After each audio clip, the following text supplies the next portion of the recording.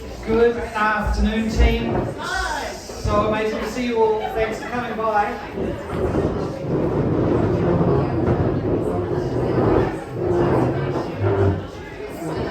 As expected, we're going to keep it loose today and kind of casual. So there'll be food continuing to come out. I'm expecting drinks to continue to flow. Probably not too much because you're going to need to have your brain switched on, but it's, obviously there's a bit of creativity involved and a bit of thought and chat involved, so a couple of drinks are probably going to help that process. But firstly, again, thank you so much for coming out today. Those who've travelled, thank you so much for coming from Tauranga down from Marae, really appreciate that. Before I hand over to David, can you hear me okay? Yeah. Before I hand over to David, I'm just going to have a couple of words, and I will probably have a couple of words at the end as well. So, firstly, I just want to mention how much I love being having the privilege, I think, to work with all of you guys. David's just come up to me earlier and said what an amazing group of people, and I can't agree more. I'm highly privileged to be working with such a professional, friendly, generous, kind bunch of people. So that is so high up my list, and I just feel very privileged to be working with you all. Big welcome to new faces. I'll let you settle down, but I probably should have done that first time. I was going to say on behalf of Matt and the team, we're going to be up here and I'm going to be scribbling on a whiteboard, our flip chart. Those at the back will miss out. There are some spare seats up here, and move forward please, and I'm going to help one of these things in here. There's some spare seats at the front. We might even move that table up a bit, even maybe. We'll see how we go. So we'll fill this one up first. So a big welcome to some new faces while you're moving around. Ross Cleland, great to have you here, mate. Thanks for coming down from Mountfire. And Vanessa, she's here from Tauranga. So new faces. It's so exciting to see the team growing and developing. And I think what's happening at the moment is we're really beginning to find our feet and our place in the market. Before I talk about that, I'll let you guys sit down. Sorry, that's all right. No, you just want to just talk and there'll be plenty of time for that.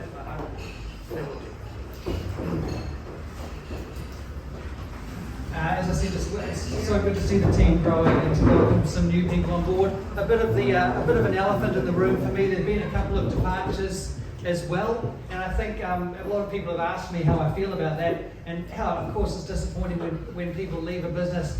However, what it's done for me is it's really helped me and helped us as a team form a vision of the kind of people we want to be working with.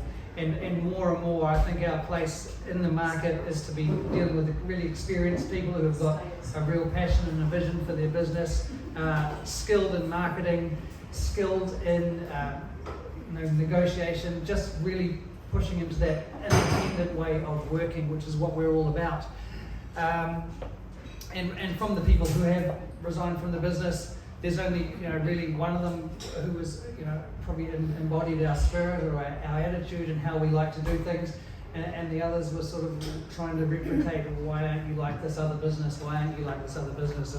And we're out sort of forging something new. You guys are all part of something new, and it's again just such a privilege to work with you because you've put a lot of trust and a lot of confidence in yourselves and in the business by taking the step you've taken. And today, this middle of the year event that I'm hoping to grow and expand over as we grow is about becoming independent. Independence Day. It's our sort of. I see the future for this as a middle of the year conference event. Where last year was something that Kim and I threw together in a period of a couple of weeks, and we just threw out invitations to a few people who lived close by who we knew we wouldn't inconvenience to drag them along, and then we did obviously our end of the year event. But this year, for this middle of the year event, we've managed to fork out, spend the big bucks, get a great presenter along. Yeah. And I think probably next year we might even do a morning and an afternoon, and who knows. So it's just, again, we're just learning, we're growing, and we're kind of getting the hang of it. What else do I want to say? So over the last, this is not even written down, I don't even know why I looked at that. Over the last couple of weeks, I've got to repeat or sort of retell a couple of conversations I had, and with actually a couple of the ladies here. One was sitting downtown with Shireen, we had a little meeting, and then the next day I saw on a post of Vanessa's, and the word boutique came out. And I got thinking about that because I think all in all, we've each got a little niche business that we're running. And I've been, as you know, for the last sort of 3 years trying to figure out a way to communicate with vendors and with agents where we fit in the market. And quite simply, and I think it was exactly word for word what Vanessa said, so thanks Vanessa, we support boutique real estate. And I think we're going to start seeing a little bit more of that line coming through, because it speaks to your vendors, right? And it speaks to people who might be interested in the business, and I hope it speaks to you as well. And I think it's just a really comfortable place. We can all sit in that, and I think I'm just excited about it. And it makes for me a really clear vision of who we want to work with, where we want to go, and I guess who we are. So that is something, I guess, to look forward to. I don't want to speak any more today, though. I feel like I've stammered my way through enough there. There is a professional here for that reason. Oh, thanks, Joe. Yeah, I didn't manage to get through my whole speech, so I didn't even manage to write it. So no, I never wanted to write a full speech. So just over the next little while, David's going to talk to us. I'm going to let him introduce himself, but do be aware there will be a bit of food coming through. The bar will stay open, and I hope you lean into some of the activities that David's coming up with as well. So thanks, folks. Thanks so much for coming. Thanks, mate. Now, I'm just going to do a quick sound check and just see if I can get away without this mic. One moment. Do you want more water? One of those is mine. Thanks, mate. Can you all hear me okay? You all right at the back? We're Can you hear me? Okay, perfect. We'll roll like this. Let me know at any point if you're not. You're very welcome. Pull out the phone, grab my contact details, network. Not with me, although you're welcome to, but the great thing about this forum is actually I hope that you're really going to enjoy meeting some of your colleagues, sharing ideas, forging those connections, and I love the way that Matt framed that independent agent is supporting boutique real estate. I think that speaks volumes to the purpose, but also how amazing is it to share the space with other talented individuals who are brave enough to be independent and who will put their own brand of boutique real estate out into the market. I feel very privileged to be invited here. Thank you very much, Matt and Kim, for the invite and to the opportunity to tell a little bit about my story. I don't often get asked to share my story. Often I'm very tactically engaged, talk to us about how we do this piece or how we get better results out here, which, by the way, we will do today. But I thought I really resonated when I was first approached by Kim, and she put forth what it was that they were wanting to do with this event and who independent agents are. And to me, I love this because I really resonated with it. I have made a decision in my life to be independent. I'm an independent trainer, an auctioneer and coach, and that is not a journey for everyone, but it is a journey I'm so grateful for having taken. So I'm going to share a little about my story. 2004 is kind of where I identify this all beginning for me, and I'd love to hear about your stories as we get to know each other both today and into the future. 2004, I was 17, and I had kind of finished school. Funny enough, I was, make sure this is working for me. I know we're in there. I was clicking over here then for no problems, we'll make that work.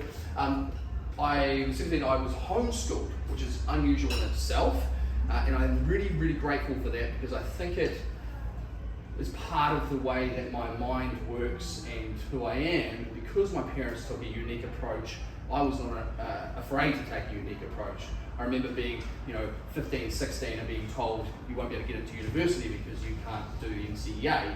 And my mum said, don't worry, we'll find a way. And the next thing you know, I got discretionary entrance to university when I was only 17, so I got the jump on all my mates, which was great. But I effectively was doing 3 jobs at the time. I was working as a sensory panellist for Fonterra Research Centre. That's a fancy word of saying you're taste testing products to work out what's wrong with the process. Delightful, but very well paid. I think it was only $15 an hour in that job. I was also a bike mechanic, or workshop assistant was my fancy title. I started off by cleaning the chains and puncture repairs, but they did have me actually, calling up customers who hadn't been to pick up their bikes and stuff. I think I was earning $6.80 an hour, $6.40 then $6.80 with the youth range being weights.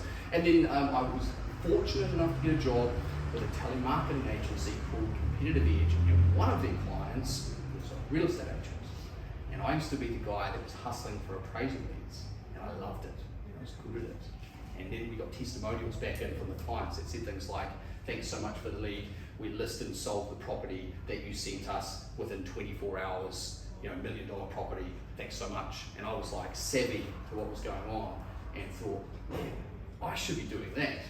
And fortunately, I was brave enough to pick up the phone and call a few salespeople. And when I heard from them that there's absolutely no way a young guy at 17 would do any good in real estate, that I just kept calling until I got a guy, Jamie Madigan and LJ Hooker in Palmy, who said, "Oh, mate, you've got to come and meet Steve. In Australia, young guys are killing it. You've got to get in." So I came in and was just very lucky that part of my journey involved being involved in a big brand, in a big office that was doing very well, and it was a great training ground to come through. But that's just the beginning. So that was 2005 when I actually was able to start, because interestingly enough, you can't hold a license when you're only 17.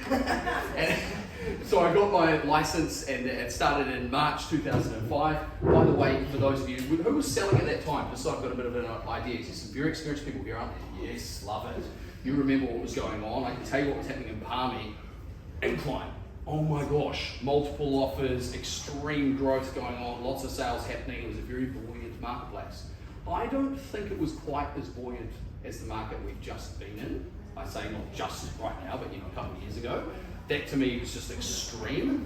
However, it was very buoyant, and I was lucky enough to get in there and get some traction. Funny enough, it's interesting the journeys that you take, because my sales manager said to me, he goes, "I reckon you're going to cut in really well with first home buyers." Funny enough, not true at all. I don't think they trusted me. I was younger than they were, but I had a really good subscription with people that were kind of like my grandparents' age, who were willing to give a young guy a go. Interestingly enough though, that same thing that made me, maybe I'll just show you this because I don't think you really realise how young I am. There you go. That was, I left it long. yeah, David Beckham, eat your heart out. Well, there you go. By the way, that was a billboard I put up on the corner store in the middle of my focus marketing area, farm area, whatever you want to call it, precinct. I don't think I had sold a property when that was erected. That was off the back of training that I did, and I'm going to say, sometimes it's good to follow training blindly, other times it's really good to know what you know. Funny enough, I didn't do any telemarketing. Why on earth I didn't, I will never know. I went out and door knocked because I was told go door knocking. And it worked, by the way, but the secret sauce would have been to follow what I was already good at, right? But I literally just did what the trainer said, and they said, "Hey, have a farm area, make it look like you own the place, and you will." And so I did. And also they said, you want to be a local real estate expert, because experts earn more money than generalists and specialists earn. And so that's what I said, I was a specialist. I don't know why I didn't just say I was the Takaro area specialist or the senior. Where's the senior real estate specialist? I love what you're doing, by the way. That's fantastic. Owning what my area of speciality was, I just didn't understand it. I was 17, 18. But I had the privilege over my career to not only have the learnings from doing it, but also working as a trainer and a coach and seeing this at scale. I want to show you something, because this is something I saw, and kudos to the boys in Graylin, Matt and Ryan, property, they do this. This was one of the things I saw on their Facebook page, and I was like, I knew it. I was like, that's how you demonstrate that you're the area specialist, by showing stuff from your area. So I was really grateful that I recognised that, and if I'd ever had my time again, that's how I would do it. Funny enough, I did get to have my time again. I'll tell you a little bit more about that soon. But as I say, that's a really nice way. I got cut through, and you probably heard the old adage about a magnifying glass, and you probably experienced this yourself. You've got to get your focus real tight before it sets fire. Like you're holding the magnifying glass, when you get it small enough and that focal point with a strong enough, it ignites. for me, weirdly enough, here I am in Takaro, and I got my billboard up, and I'm door knocking and dropping flyers, and I knock on this lady's door, and she says, we're not selling here, but we're going to sell our property in Bunnythorpe. Does anyone know Bunnythorpe, by the way? No. Okay, so Globally. yeah, well, Bunnythorpe is like, it's sprung up around the Glaxo-chemical plant. It's got a substation. What can I tell you? It's not a particularly attractive little spot to be, but I did not know any better and was so happy to go where the opportunity was. Listed that property, and the reason why I put a photo of the tavern is just like I used to go in there occasionally and drink with locals, but I wished I could have shown you a photo of the dairy. I couldn't find one online. One day when I go back, I'll take a photo. But when I went door knocking, I found that there were no letterboxes. And I was like, how am I supposed to deliver my just listed? So I had an MO. Now some of you will have these things. I'm hoping to pepper a few things, which many of you probably do, but I think are great things that if you're not incorporating and you want to incorporate, you can do, which will get you more business. I loved maximizing the opportunity. Every listing I saw as an opportunity to get more listings. And so I used to door knock and I would tell owners this at the listing presentation. I'd say, hey, something that I'll do that might be a little bit different, just as a way of adding value to our service is, with your permission, I'll engage the word of mouth in your neighbourhood. I will personally door knock 200 homes around your property and ask them firstly if they know someone who wants to move into the area that might be interested in your property. And then if they are not interested in it, I'll say, please would you just tell people that it's on the market, come along to the open home so we have a great showing. And bring that social proof through. So anyway, long story short, I'm doing that, trying to deliver the things. There's no letterboxes. I knock on the next house, they say, oh, all the post office boxes are down at the dairy. I was like, oh, okay. Turn up at the dairy. The guy says to me, he goes, I don't know if I'm allowed to let you do that. I said, hey, I'm happy to buy a few things. I said, here we go. I'll have a V and a pie and keep the change. And whacked down a $20. And the next thing you know, he's opening the door and I was like, man, you've never seen 220 flyers delivered. I used to get 250 of the things printed. You have 220 post office boxes. I made sure they had something in there every single week. If I didn't have a listing or a sale, I'd find something else. And man, it started to burn. And interestingly enough, people would call the office and they'd say, oh, can you put me through to that young guy in Bunnythorpe?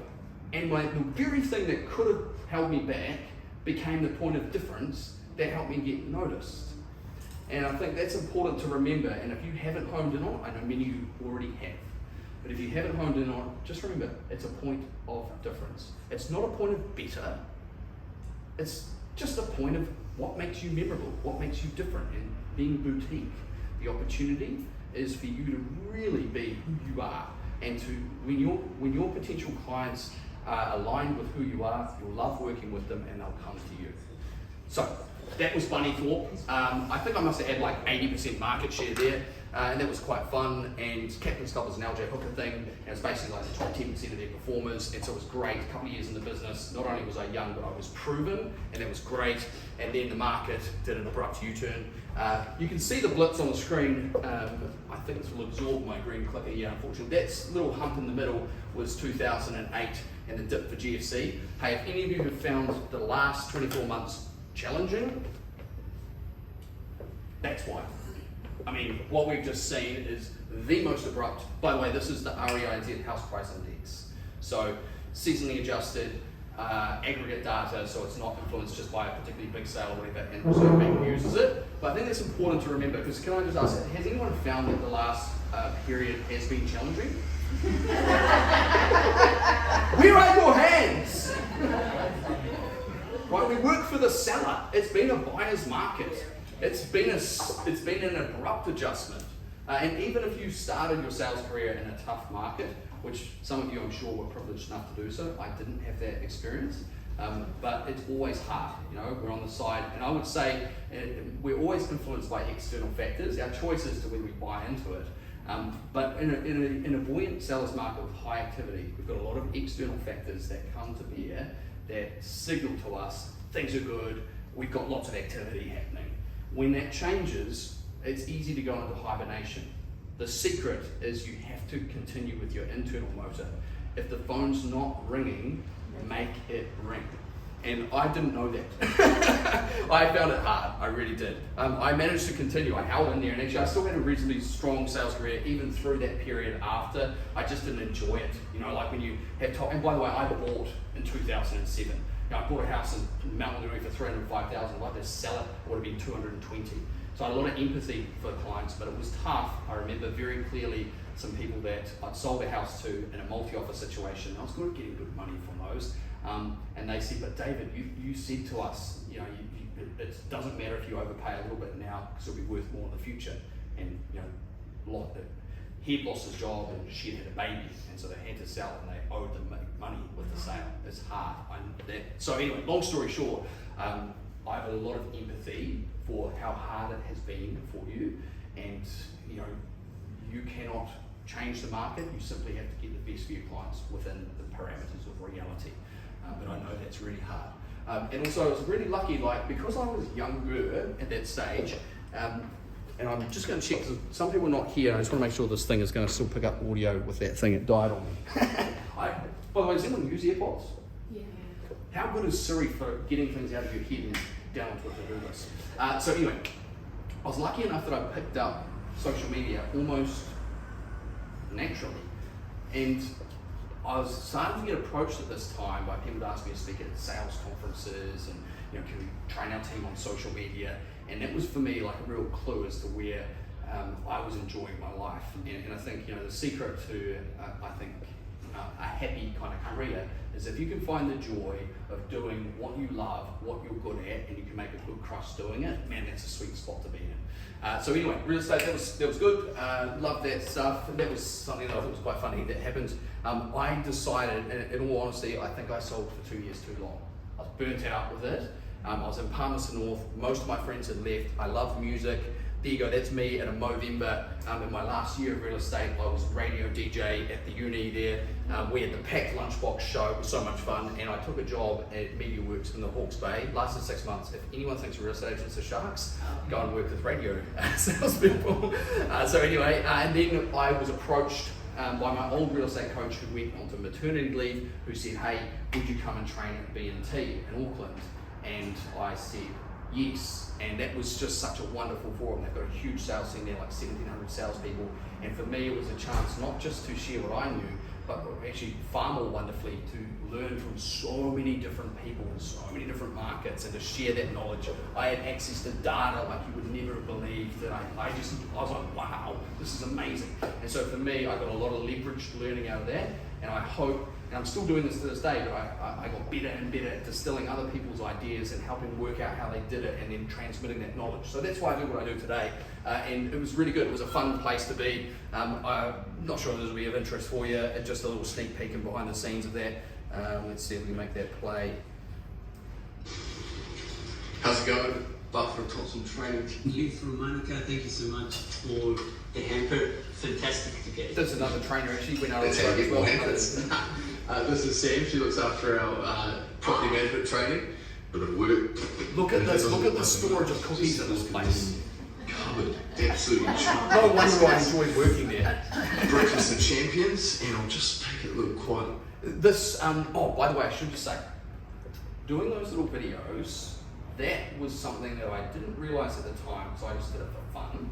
But I think that we have a wonderful opportunity, and it won't be for all of you, but it will be for more of you, and it may be very well be for you, that video is a tool that you can use that allows you to connect at scale. As long as you can be yourself, and that's not easy, it takes practice. But if you're brave enough to just be you, nobody else, if you can just know who you are and be yourself on camera, and then feel free to share your expertise, whatever that might be in real estate. The same thing that you would share with an owner at a listing presentation, you can reach so many people and you'll get people coming to you because they want to know if the general advice you gave could be specific to their situation. Got married, one of the best things I ever did. Kelsey is amazing, and I think a big part of becoming independent for me was having another person in my corner. She's independent. She started a bridal business at 14. The only reason that she didn't leave school immediately to do it was her parents wouldn't let her. But she, long story short, she's really encouraged me to pursue lifestyle rather than the dollar, and that I'm very grateful. And that was us. We eloped, so we did a few things differently. That was Italy. It was great. This was a real highlight at B&T. I handled their accelerated recruitment and training process. I got given a massive marketing budget to go out and find agents. I got to try and work out why some people were more successful than others. And a lot of these people that you see in that photo are still selling successfully to this day. And I feel great privilege having met people and been on that real estate journey, and I hope that we'll share that journey together. That was me joining sales manager at Barfoot and Thompson. Worked out I'm not really sales manager favourite, as in like I don't love all the compliance, management, administrative, operational piece. I'm better at this. But I tell you what, I loved working with the team, and we just, like Green Lane's this weird little spot. It's not really a village, it's a hub, and man, we just did real estate all over the place, from ultra high-end stuff in Remuera to off-the-plan stuff in Queenstown.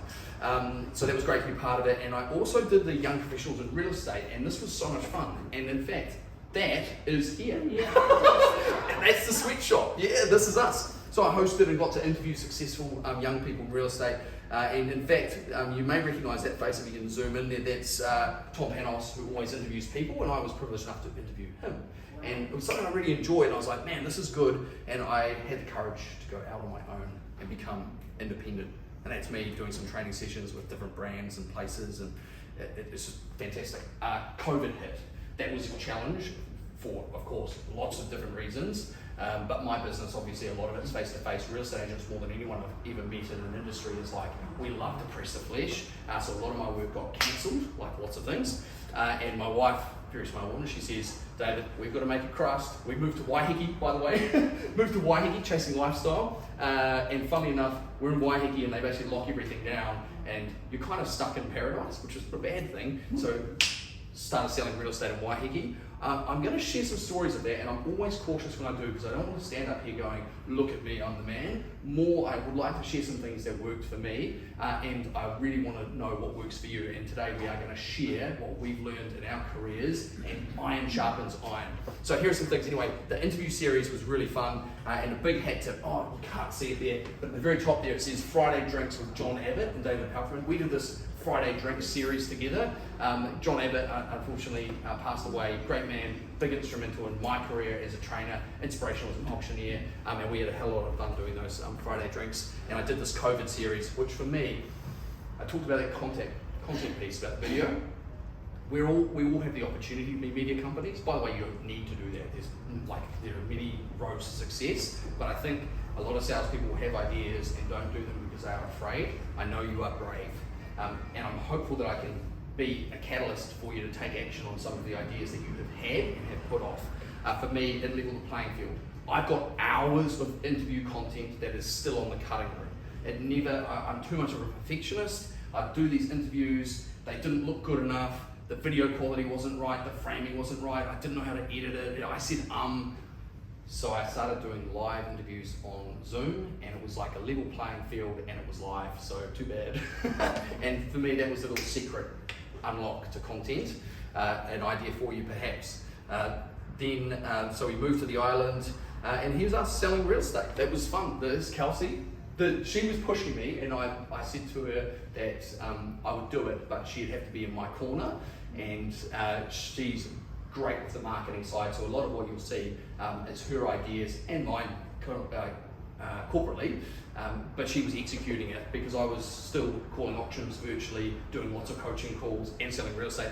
By the way, that particular house, I will mention it just because it's a bit of a highlight. Jill was lovely, but not only that, it never had a CCC issued. They clad it in a French system which has weather tightness issues. The owner was issued a Section 95A letter which said you must apply for a new CCC just to do the reclad. It had big problems. We sold it. It was sight unseen. The particular buyer came from Melbourne. I did all the inspections virtually. We did get a specialist builder on site to do some invasive testing, etc. And then I called the auction as well. And the buyer that bought it registered literally 3 minutes before we kicked the auction off, playing their cards close to their chest. Man, boy did I sweat, but it was so much fun. So there you go, there's some little stories from lockdown. Oh, one last one, I want to show you this, because this is what happens when you go live. Sometimes it doesn't always go well, but it did. A massive 50% year on year. So that brings the new house price median on the island in August 2021 to 420,000. Of course, great news if you own property and hope to move off the island, as your prices have gone up just like everywhere else. Unsurprisingly, the number of sales on the island had actually gone down, as you would imagine with the lockdown, but I don't think it's just related to that. And here we go, the joys of lockdown. We're also looking at the same time. So let's see what's happening. Are you okay? What happened? Oh, come have a cuddle with Dad. Come have a cuddle with Dad. Are you alright? It's okay.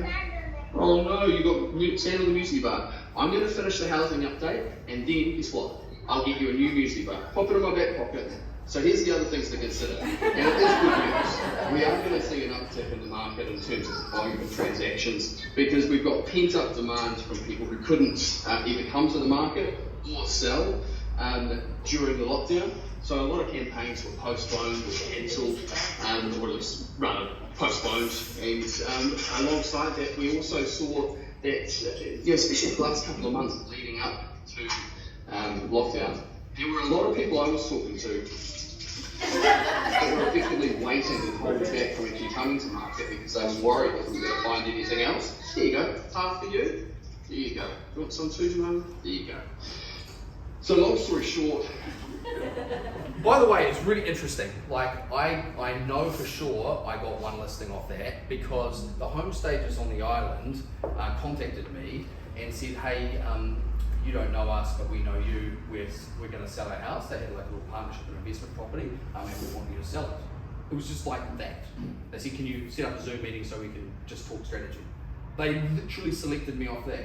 And I didn't know that right at the time, but it did come across like they'd basically chosen to use me. And I asked them, once we were sitting down together, I said, hey, look, appreciate the opportunity. Can I ask, what do I owe the privilege? And they said, oh, we watched your lockdown video and we thought any man who can do that while looking after their kids can sell our house. And I was like, yeah! And by the way, I would say, man, if you are doing this stuff, you need a thick skin. There's a Waiheke community board that basically is there with all the locals, and it's a great forum, but man, like the very first video I posted, and I was tone deaf to be honest, I'd only just moved to the island, I mean look at me, and I presented kind of like this, and I just talked about how the market was going crazy, and I was excited, and I posted, I think I had about 250 comments in about 3 hours, and it was all stuff like, this is what's wrong with the island, oh look at this bloody real estate shark, what a muppet, oh, why isn't he talking about the homeless people? Like, it was really brutal, really, really brutal. And I just looked at it and I thought, you know what? I was tone deaf and I felt bad about that and I should do something good about that. So I reached out to Housing Trust. No, I never see this on social media, but I genuinely did care. And it was quite, like, I felt quite, oh my God, confronted by it. But also, nobody does this publicly, but I had so many locals come up to me, pat me on the back and just said, hey mate, don't listen to the haters, we loved your report. And I was like, and that is so key to just remember, like, it doesn't matter if you're copping the hate, because people who you want to be dealing with will still be attracted to you if you're being yourself, and that's, I think, the beauty of being independent and boutique. I got to do what I said when I saw Matt and Ryan, mate, that's just a snapshot on my social feed, and I realised that we basically did it in our own way. I had this signboard, and here's an idea for you. Feel free to rip off and duplicate, maybe find your own little spin on it, but every time I was doing an appraisal, a listing, I'd just take a little photo of the sign and the little folder, and it was my little way of branding and showing that I was local. And of course, other things that are kind of relevant to me.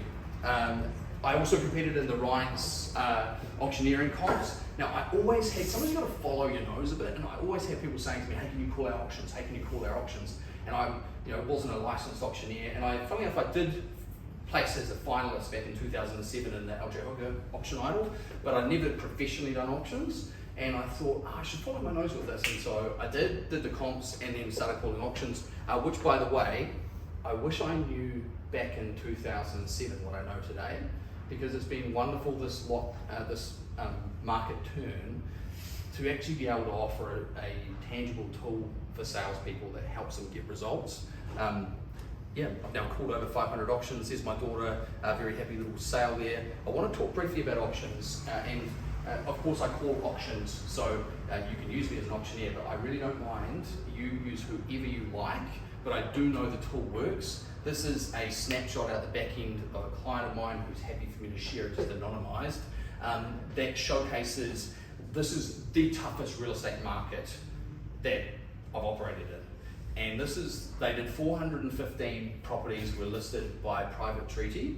That is, of course, but for clarity, deadline sale, asking price, buyers over, by negotiation, all that. And then auction. So typical days on market for the ones that sold 39, 29% clearance rate. So less than a third of the properties they took to private treaty sold during that time. This is basically 2022. On the other hand, the auction numbers, slightly shorter typical days on market, 58.1% clearance rate. Now that is not an isolated result. I've got a couple of other clients that I do work with, another of them, 374 private treaty listings, 109 sold, 29% clearance rate, 90 auction listings, 58 sold, 64% clearance rate. Very typical in this tougher market that we've had, where the key thing is oftentimes salespeople and owners judge an auction process on the result under the hammer. That's a total mistake. I think it's quite unfair to judge a campaign on a 10-minute moment. Better to look at what's a successful campaign, surely one that sells the property, and let's judge it on success. And that number matters if you're a salesperson, and absolutely matters if you're a vendor. So the facts are there. I always find that interesting to see how it lands with people, because not everyone likes auctions. 2023, I reckon, is going to be a hell of a good year. It'll be very interesting to see what the market decides to do. We don't control it. A lot of people blame the media. I don't think the media is to blame. They really are just telling the stories that they're hearing, but they do lag. And I would say that my cold read on the room, but I want to hear your thoughts about that. So let's go there. I'm just going to try and find a blank screen on this thing. There we go. What do you reckon? What does 2023 hold for you? I think there's definitely better momentum and more qualified buyers. I certainly have seen a shift with it, and I think we're going to end up okay. You always have the elections now, but that's just a few scary hats. Totally, yeah. What other perspectives? I actually think this will vary a little bit depending on where you're selling. Like, I keep a very close eye on Waiheke. Chatted to one of the agents there. He said this is the toughest market he's ever seen. At the same time, I pulled an auction in South Auckland last week. We had 19 bidders and sold for 20% above the reserve. So we're going to have a very patchy time, I think. But the key thing, I think, for you is that it really shouldn't matter what the market's doing. It's actually all about, what are you doing? Because people always need to buy and sell.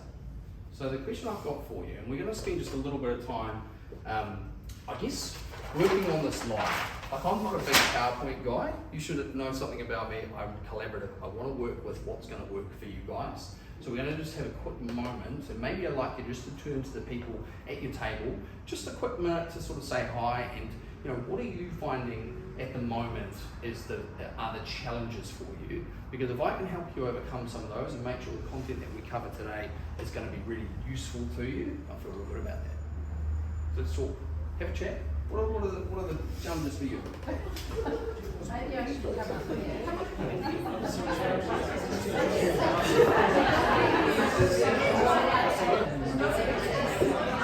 All right, team. Welcome back. I'm going to bang some ideas up on the board, and I want to make sure they land right. I haven't been able to work around everyone, but I have had a couple of little chats around the table. And why I'm telling you this is, I really want to make this collaborative. If what I write up isn't about right, we want to tweak it. And I'm going to try and make sure, because one thing that I notice is that depending on where you are, what your challenges are. It's typical of a variable market. It's our next phase as we are approaching the bottom of the market, already at the bottom of the market, we've got a bit more to go. Who knows exactly, time will tell. But I'm hearing some of the things I'm hearing from you. So one of the comments was lots of appraisals, no one listing. So I just want to do a quick sense check. Who's got quite a few outstanding appraisals but very little stock on the market? / there's very little stock on the market in your marketplace. Hands up. Let's first of all, just want to make sure the guns are working. Everyone put your hands up. Put your hands up, thank you. Okay, just checking. Once more. Okay, good, because I didn't know. Excuse me. Pardon me, ma'am. Beautifully appointed. Just make sure your hands. Thank you. All right. So here we go. So who's going? And even if we just step first off, because I'm hearing a lot of chat about market forces, and I'd say I'm happy to tackle that, but I will remind you the real market exists between your left ear and right ear. I know that's cliche, but your mindset, your enthusiasm is so critical.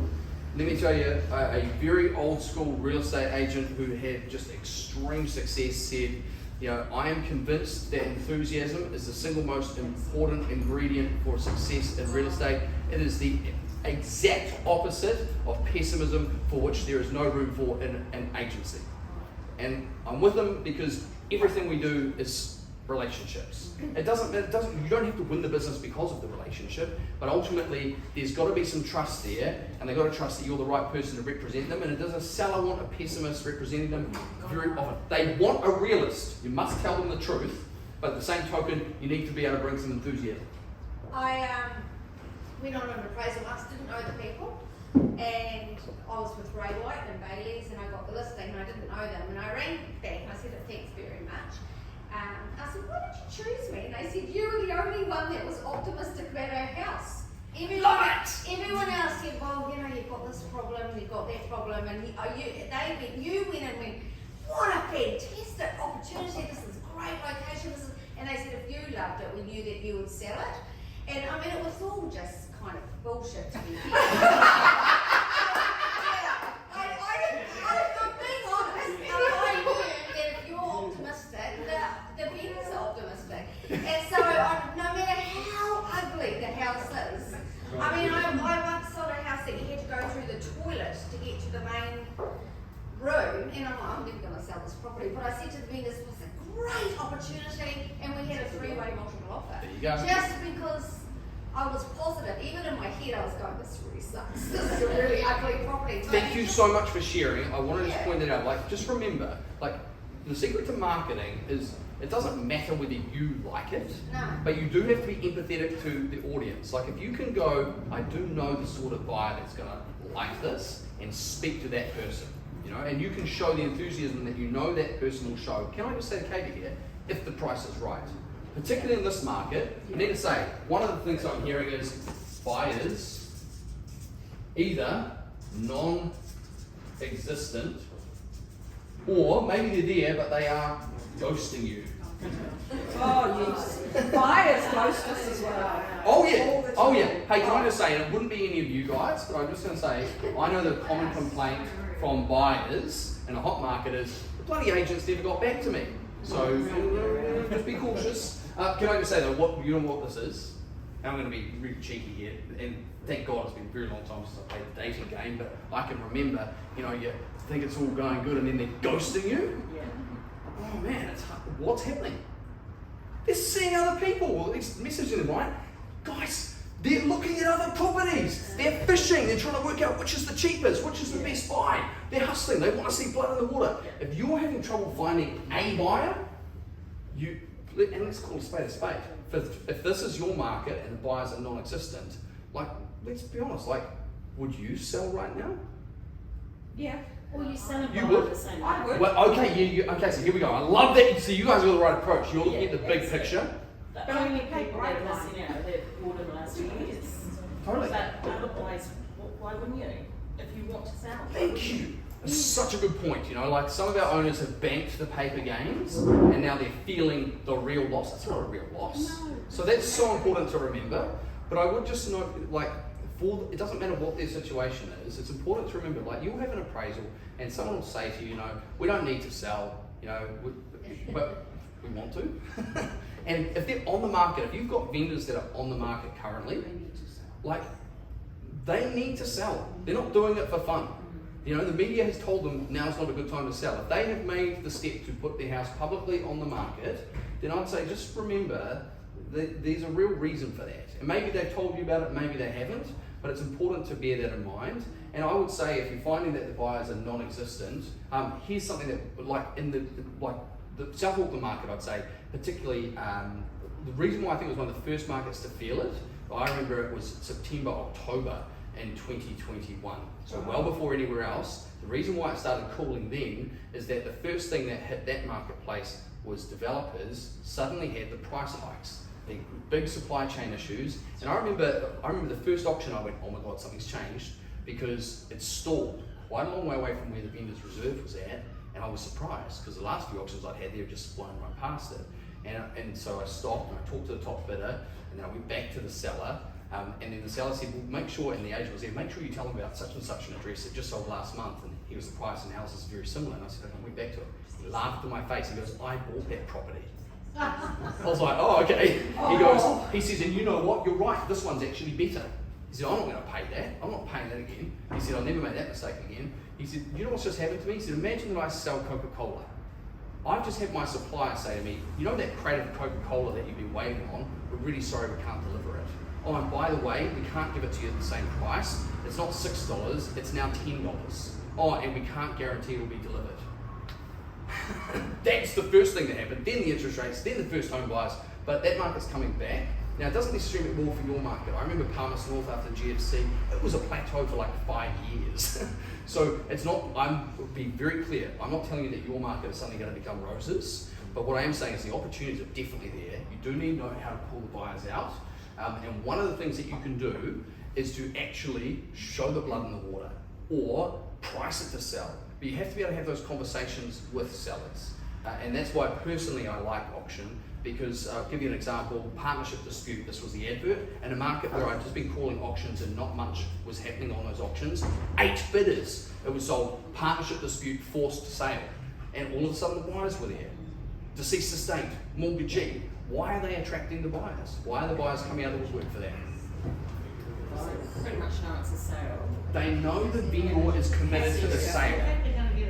They think they're going to get a bargain. You need to tell your owners, like win the listing, and like we've got to have our owners' best interest in heart, and I know you do.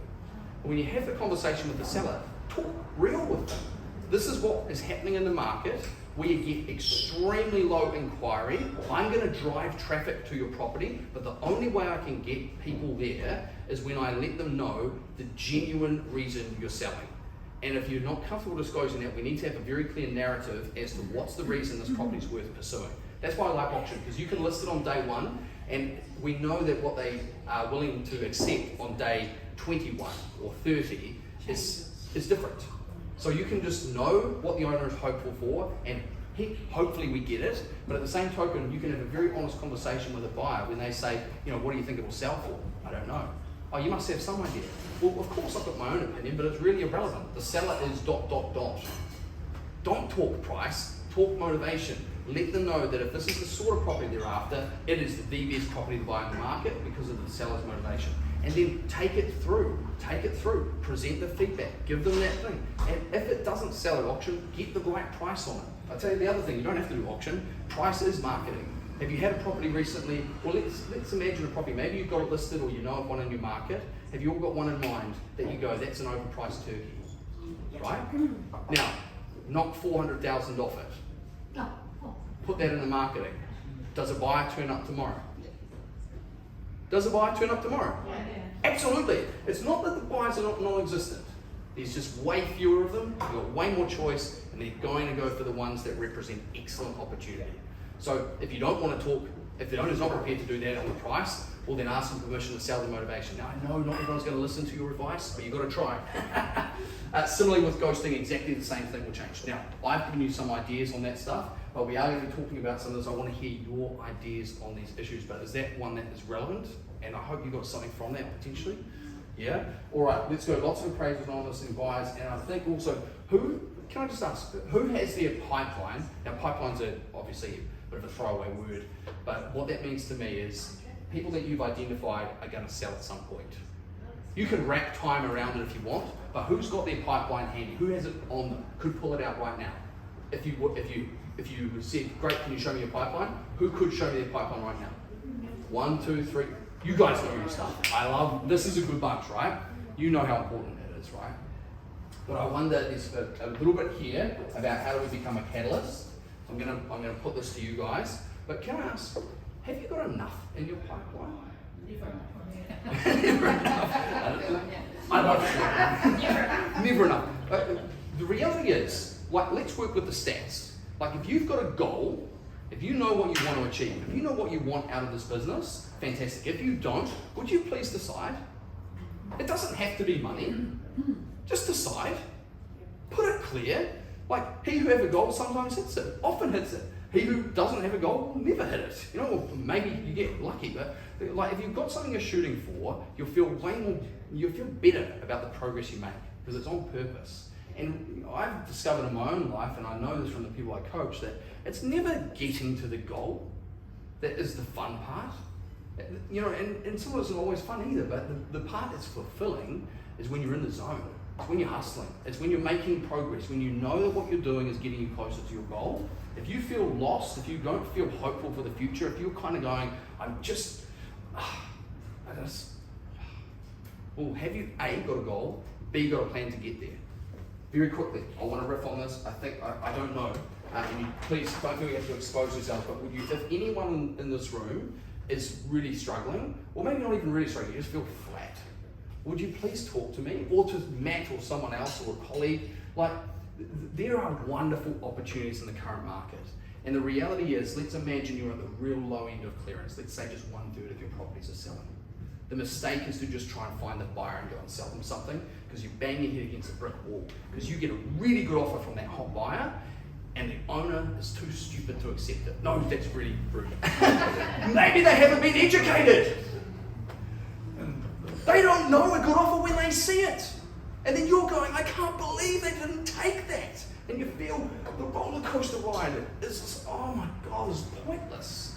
That's why my coaching advice to you here is focus on your pipeline. You are representing vendors. It's okay, if anyone's a buyer's agent, I know that may exist as well, but by and large, you're representing sellers. If you're representing sellers, represent sellers. You need more of them. If your clearance rate used to be 80% and you hit your goals, you've got an internal thermostat that says, right, I need 10 listings. If you're only clearing 1/3 of your stock, you need 30 listings. It's that simple. You can outperform the market with your clearance rate. Maybe you do auctions to help you do that, or whatever works for you. But the reality is you need to be aware of the numbers. And I'd say, firstly, number one, you need to know what you want. Then, what is reality? That's why I like the numbers. Because, and by the way, some of you work with very small data sets, and you may have markets that are isolated. I spoke to a lady who sells property on Carwell Island. I don't know Carwell very well. I've been to Mansion House Bay and I've anchored off it a few times, but I've never looked at real estate there. But the reality is, like, you might be in a very, very small pocket and you are more susceptible to market shocks. I know some of my colleagues on the island are struggling because they've had like an average of maybe 10 to 15 sales over the last 6 months in a market that used to do 40. So it's brutal when the market adjusts. But just recognize the reality, right? You need to know what that reality is, and then the key part to this is what to do about it. Don't have your head in the sand, work out what's real, figure out a plan, go get it. When you figure out that what you just decided to do didn't work, well, that was reality, do something different here. Doesn't mean you have to change this. Doesn't mean you have to change this. There's a will, there's a way. I'm sure you cannot have everything you want. I reckon you can probably get what you want. You won't be able to have everything, but it's worthwhile making sure what you want aligns with who you are, aligns with your beauty of being independent. You get to do this your way. And that's not always just going and selling each property. Like, do it whatever works for you. That's the beauty of it. But make sure you do first to get clear what you want. We're going to look backwards. I've got some stuff here. Bias, non-existent, ghosting, lots of appraisals, no one else. Who here goes, don't have enough appraisals, not getting enough of my pipeline? The reason why I asked you about pipeline, number one, you've got to have visibility of it. So you've got that visibility of your pipeline.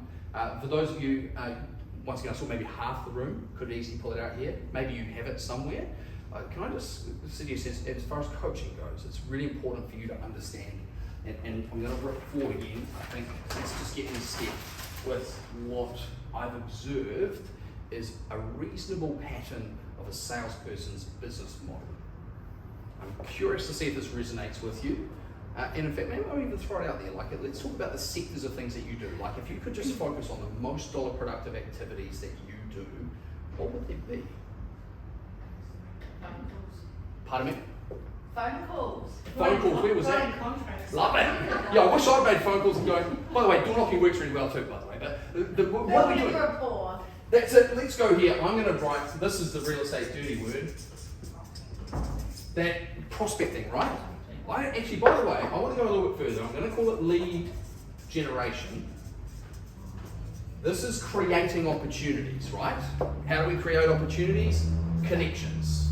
So you've got to be making connections, and I reckon you can, like, the scope of what could be prospecting, I reckon is massive. I have had so many ideas over the years given to me by salespeople. By the way, it's really interesting. Somebody said to me the other day, he goes, you know why you can't teach an old dog new tricks? And I said, oh, can't be, why? He said, because the old tricks work. The old tricks still work. By the way, if you want to do something novel, then go and do it. No problems. But here's how you know if it's working. You've got to work out, are you finding people that you can help? I reckon that's the number one thing. Like, if you're making connections with people and you work out, can I help you? If you can work out that you can help them, boom, everything flows from there. I mean, obviously I'm kind of slanting this towards the can you help them in real estate, but the weird thing is if you can just help people full stop, it always comes around. Law of indirect effort, you help someone, it comes back, always does. So number one, can you help? And failing being able to help them, did you make a connection? And I mean, like, whatever you want to deem that word, to me that's like, I met this person, we got on, there was a bit of something there, and I found a good reason to be able to get their contact details and stay in touch. Prospecting to me is like the old analogy, like gold, panning for gold, Central Otago, bitterly cold, little nugget, you know, like they're throwing away most of the gravel. That is the reality of prospecting, like hardcore cold prospecting. You talk to 30 people, you find one opportunity. I was lucky enough to be trained by Wayne Bennett when I was with Ray White Elite. I need to know this guy. All right, Wayne Bennett, tell me more. Oh my God, everyone knows Wayne Bennett, come on. Pardon me. Anyway, tell me He's more. one of the greatest football coaches in the world, Oh seriously. my gosh. So, Wayne Bennett said, focus on the process, not the result. Oh, I love it. That's his mantra, and that's what lead generation is, you know, Yeah. building rapport on the phone. I was on the freaking phone till 9:30 last night, swapping photos with a dude that's from, who's that guy who's in the car today? Nelson. Yeah. Nice. And swapping photos about his life, because he was obviously lonely. I mean, I'll sell him something one day. Whatever works for you. For a wife. But, you know, I've got him in my pocket. Yeah, good work. Hey, He won't buy off anyone else. I gotta say, look, I remember a lady, I won't name her, but she's attractive and used to go jogging Eastern Bays, and she had her number on the back of her top. It was like with a certain brand on it, and it just said, text me. And she used to get so many texts, and she would just say, happy to have a chat on the condition I get to do an appraisal. She said, ballsy. Good on her, whatever works. Hey, that's why I say I'm shocked that she was doing that, by the way. Not really condoning it, but hey, whatever works for you. You're independent, you can do it however you like. Sorry, man. Key part here, I don't care how you're getting into conversation with these people, just as long as you're getting to find out, is there an opportunity to help them? If you're finding it out, fantastic, you're prospecting, track your numbers. You want some confidence that even if things are not rosy right in this moment, that they're getting better and you've got a great business ahead of you. You know this leads on, trust the process, and this is to me is the leading indicator of success. If you're doing that work and you're banking the pipeline, you're following those people up, you know it's coming. The key part to this also is that connection piece. Is the difference between us and the gold. Well, there's lots of differences, but not only are we not freezing our butts off, we're probably in the cushy happiness of our work from home office, that you get to build a connection with people who are not doing something right now.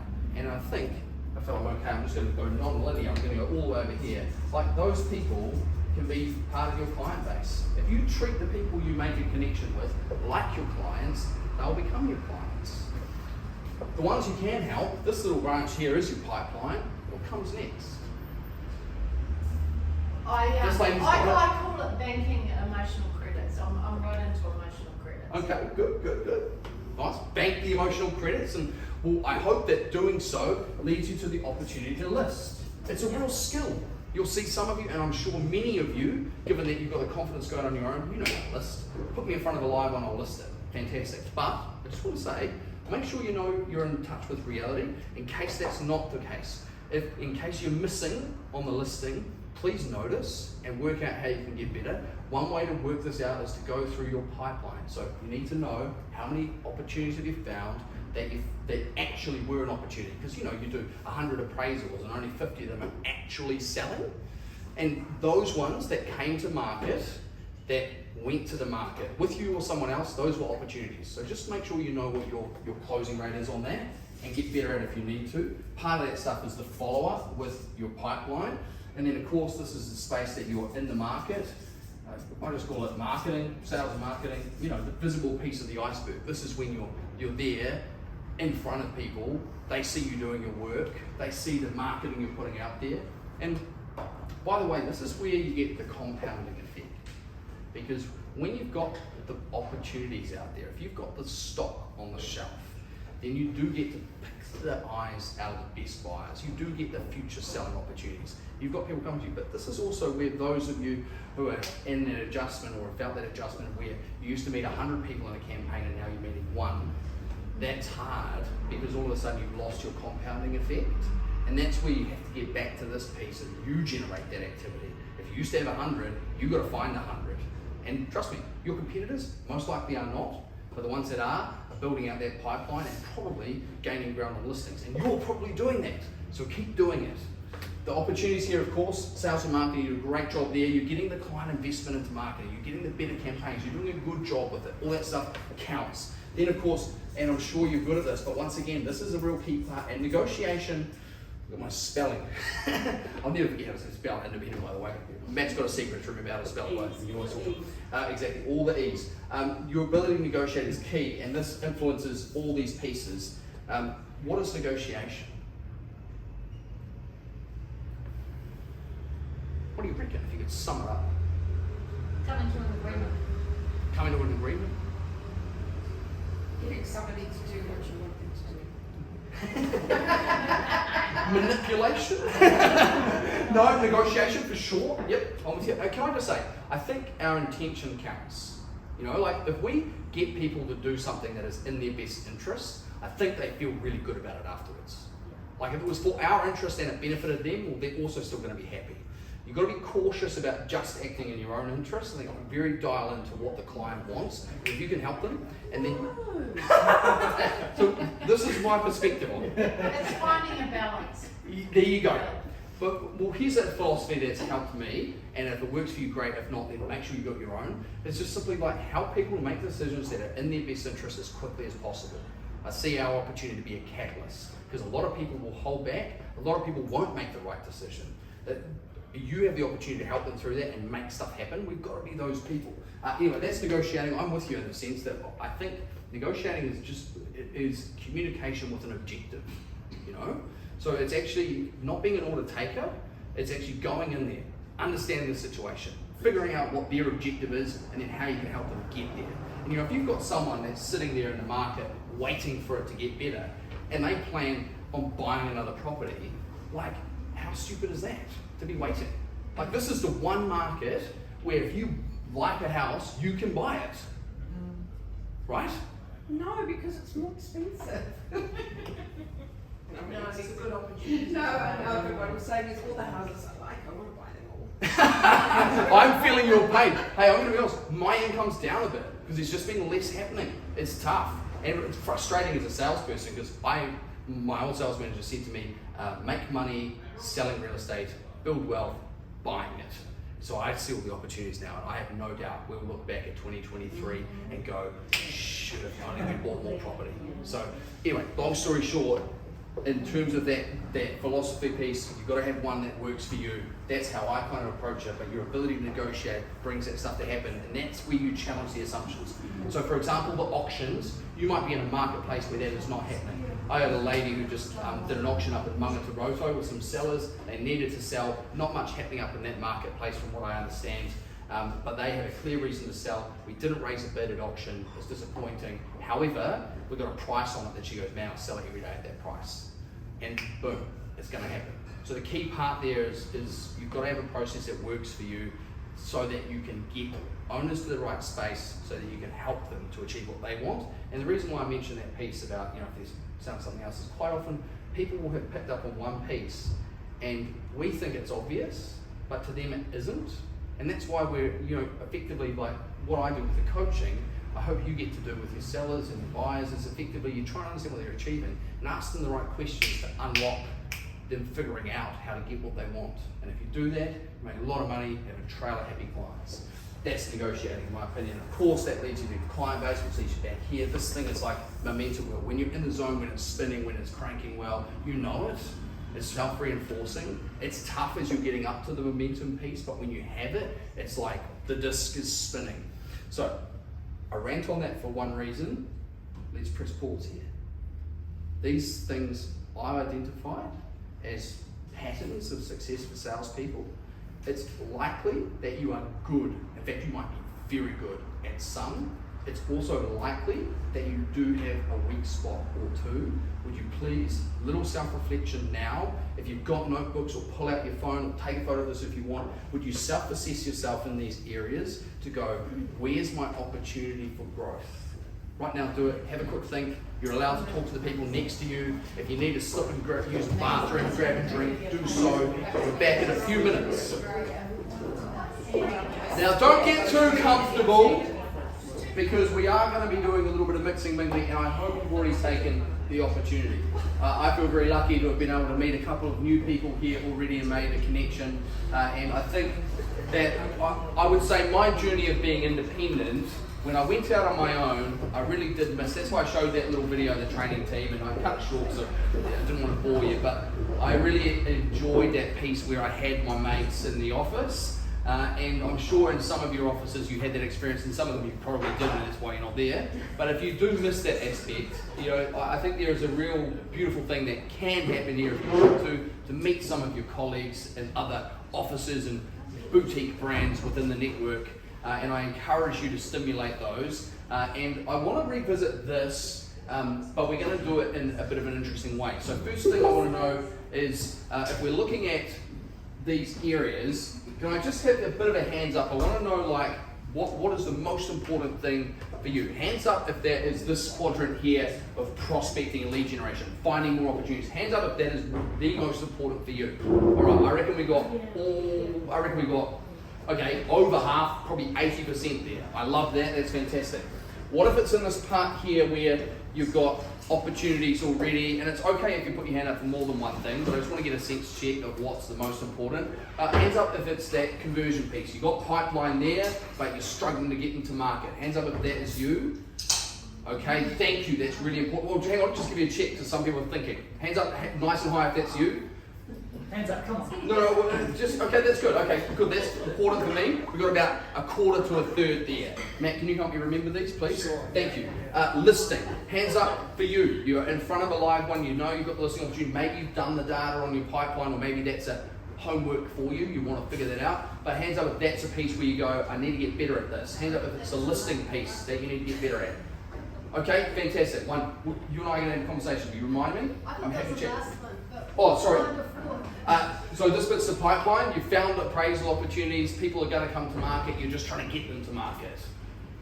This piece here, you were there, you presented, some bastard overquoted and undercut you, and they got the listing, and you're like, they're going to regret that.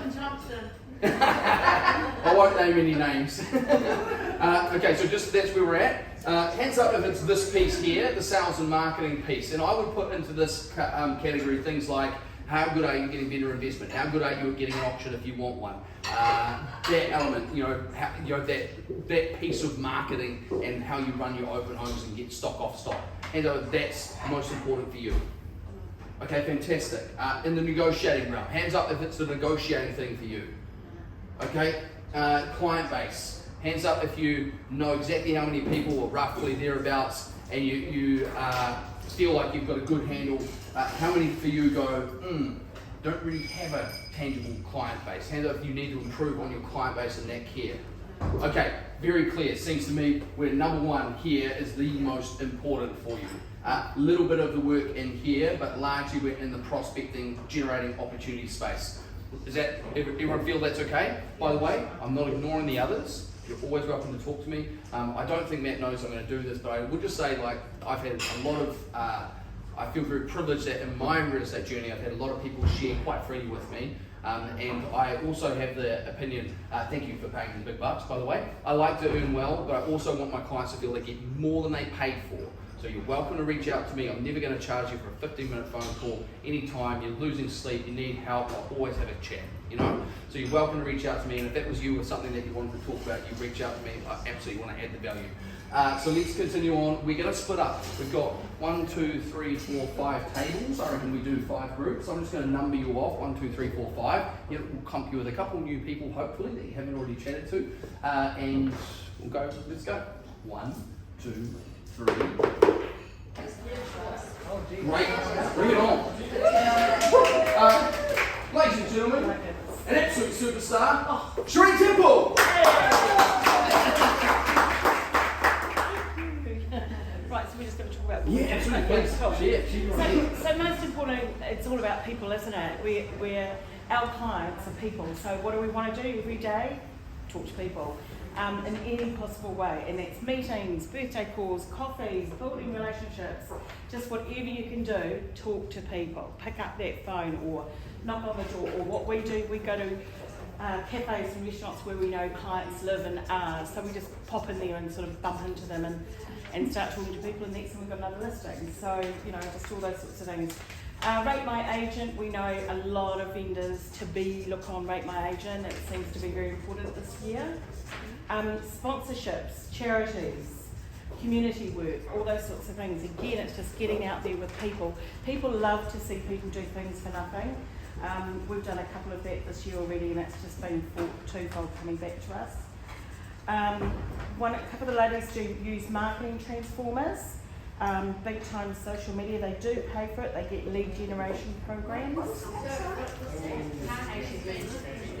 Lead generation. So Katie, if you want to talk about that in detail, she'll help you. Okay, Very quickly, whip around Katie. What's the synopsis? Marketing Transformers is a lead generation company based in Sydney. Beautiful. And they actually do work all over the world for Beautiful. So Katie's had 130 appraisals from it this year and 4 listings. Outstanding. So that gives you a little bit of an idea which has been successful for her. BMI groups, third-party channels, database, newsletters all the time, keeping on your database, keeping it updated, because you are actually talking to people through your newsletters.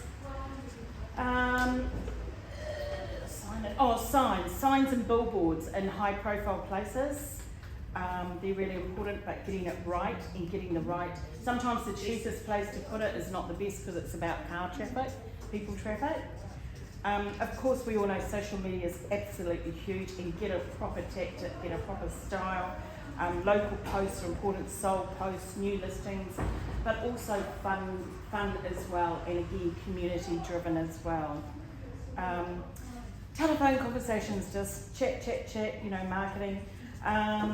Create business support Facebook page. So one of our ladies, Vania, she's created one under lockdown. She has 4,000 members now, and she posts regularly. So it's a huge area business support group. Of course, the wonderful door knock, something I've never done, but I know some people are really good. I always say to my first boss, if I never have to door knock, I leave real estate. So, but I know it really works for some people. Was it someone at your team that's working for? What do you do? I don't know. Okay, that's fine. Keep going. Very. And again, creating business relationships. So another one of the ladies, a Simon, said to her, hey, if you give me a name of a developer and blah, blah, blah, let's swap stuff. So it's about creating relationships that you trust and you can, get pull and nick from each other.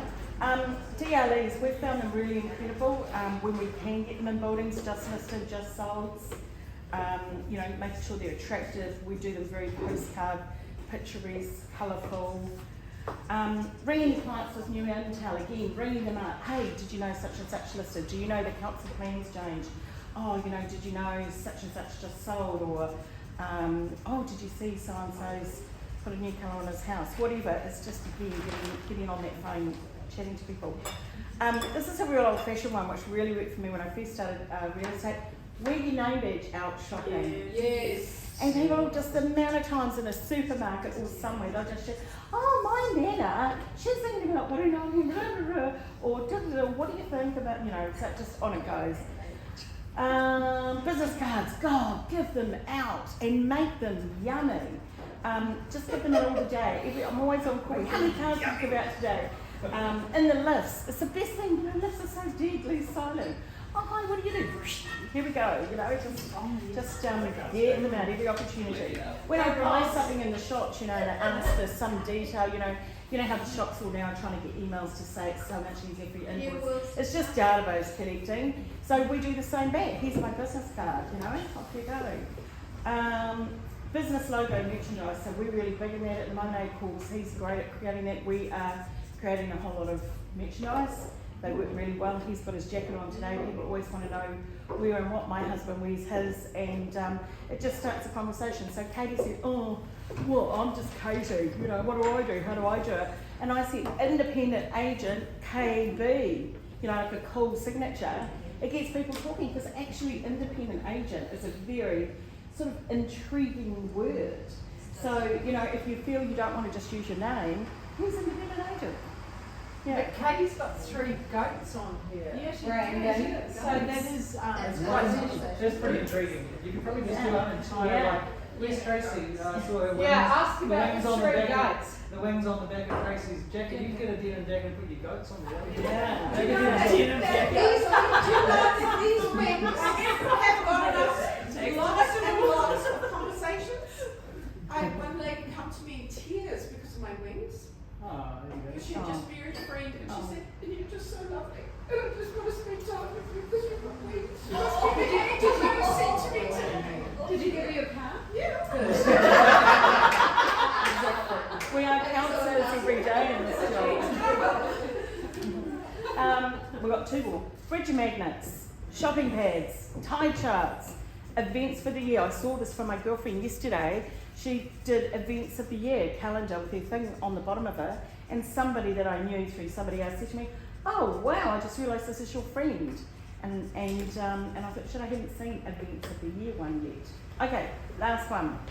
This is my favourite, because my God, my business is like an onion, and I just get repeat business, because look after your vendors, do a great job, and guess what? The biggest referrals will come. Thank you. Woo! Thank you, Tree. Great work, team. I'm just going to call you team 1. I don't know what your number was. Maybe it was 3. But you're number 1. You're not one of my books. Now, actually, let's go. Team over here. Love it. Now, just very quickly, and pardon me, it's Joe, isn't it? Yes, excellent.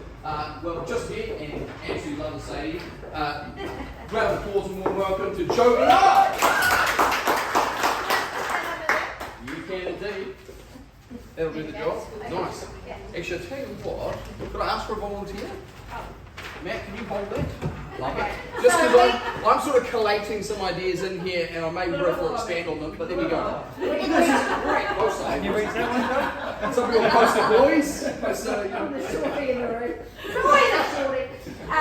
We are following on from your ideas. I have been using the white pages to get cold calling. It's time, but it has worked out for me. I've got 3 appraisals just this last week. So can you explain what you do with it? So I just go through Property Smarts and download the streets, and then I go to white pages and match up to try and get home lines, and then I just ring them and go, hey, would you like an appraisal? And yeah, it's quite time consuming, but it is valuable. I'm going to add something to shorten your time. Yes, my dear. Logic has their phone number there. If you go into CoreLogic, under the person's name is their phone number if they've got a landline. I know, except for I had 17 home lines and only 3 of them were actually connected. Okay, well, So it's, yeah. sorry, I'm just... But all of I those, appreciate the sharing. This is all of excellent. those Here 3 you go. did appraisals. Company offices is the other one that you can get phone numbers off sometimes. Bang on. Or Yes. emails. Yes. And the thing is with the home liners, they have been in the property for a while, so they might be looking to sell. Exactly. Vanessa's getting some really good traction with personalised letters. I've been getting some good traction with buyer packs, so I have a little cellophane bag, a pad, a pen, and a DLE. Hey, I'm Joe Bernard, I've got 17 cash buyers. Genuine, is there a price at which you'd sell?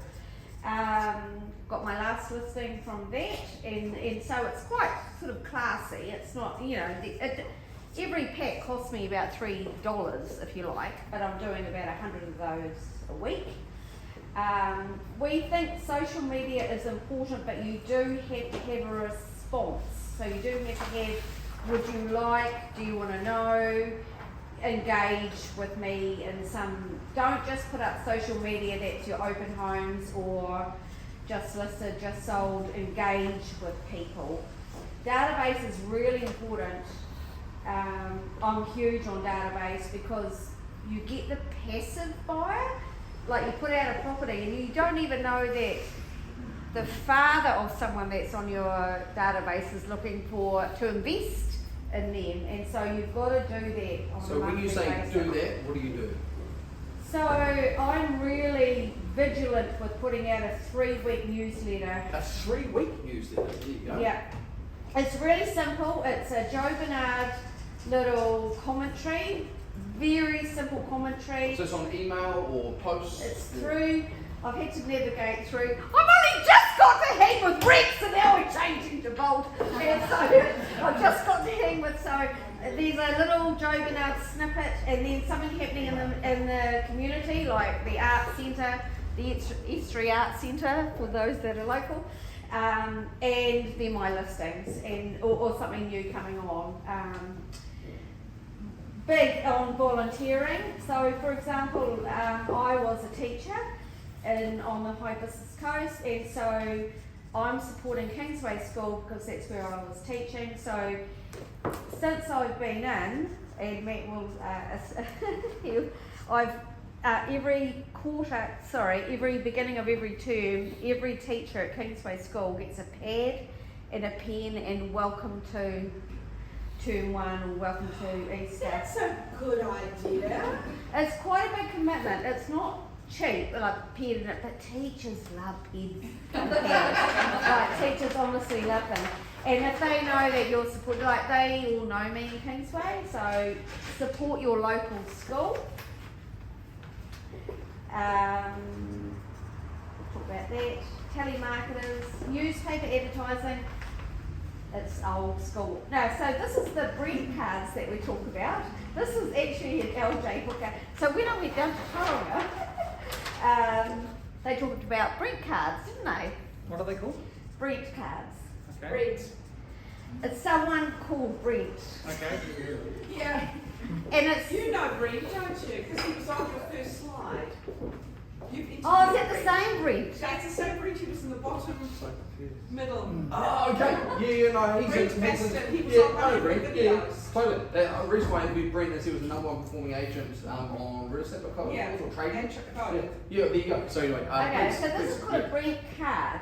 Now, a Brent card is your business card that you simply write on the back. It has to be in your writing.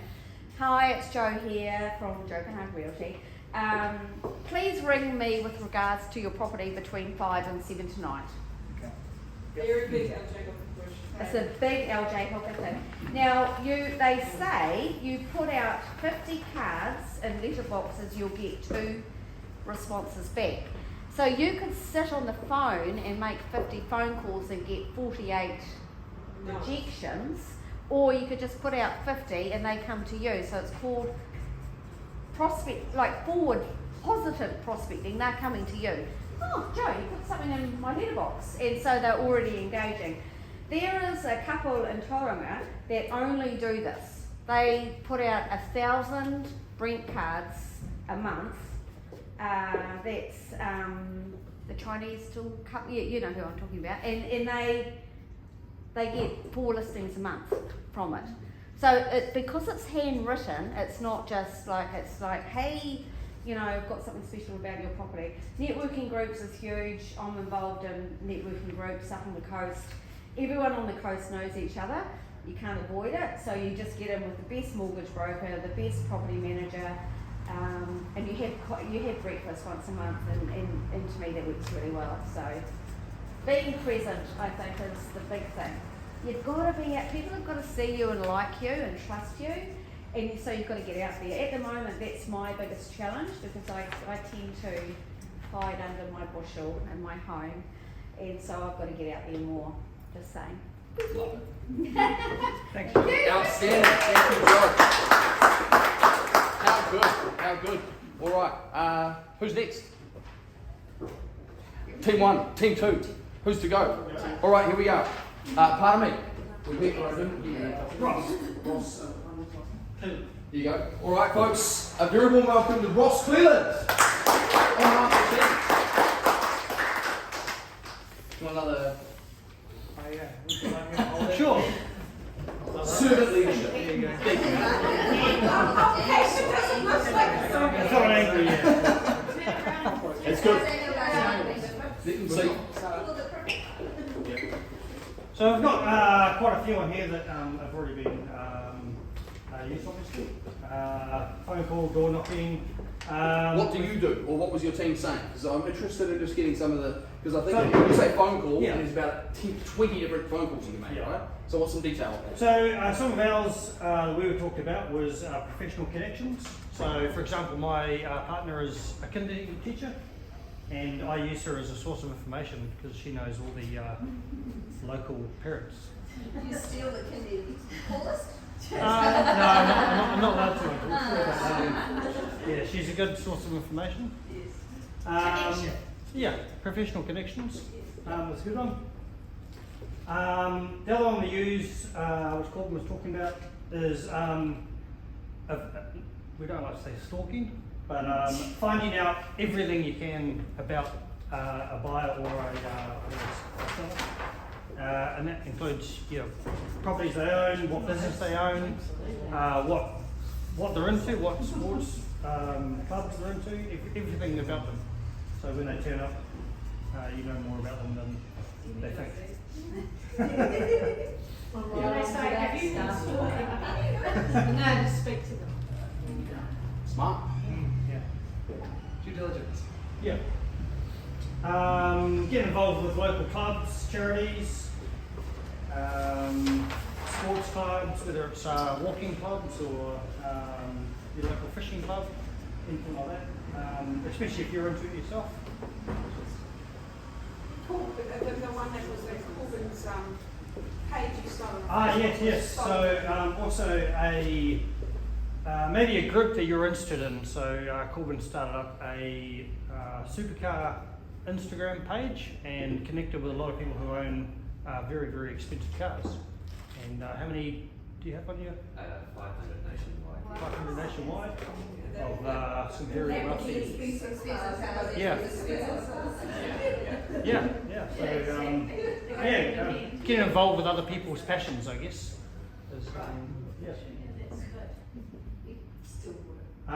There's one that I use down in Coromandel that I didn't actually put on here, and that was I use Consent Tracker quite a bit, and that is with the Coromandel District Council website. It's pretty amazing. You go on there and literally type in any address, and if they've done any kind of building work in the last 20 years, all their information comes up. And I would drive around and see if people are doing work on their houses, if they're putting on a new roof, and I'd type in their address and get their details and ask them if they're putting their place on the market because of their new roof or anything like that. My old place workforce. That's you. Buy the, you could buy it. Yeah, so For development stuff was good. where I've moved to Kaipara, the website, you can't do that. But what was your point? You could buy it. You could buy it from the council, the list, so you might get to buy them. Yeah. So for anything development, so anyone who was coming up with subdivision, you could buy them. And there's a new company that took it. Anyways, go. I think you can get that information from Auckland Council website as well. Yeah, you can. Anything else there? Yeah, the local cafe one came up again. Just going into your local cafe every single day, and Trish was saying she's got to know the local cafe by name, and they give you free stuff now, and cocktails, a good source. I get cards from everyone. Yeah, good source of information. Making those connections and.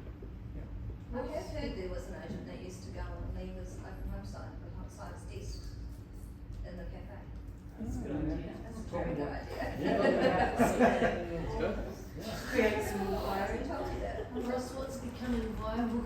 Is that what that says? Becoming viable, that's what we're all trying to do.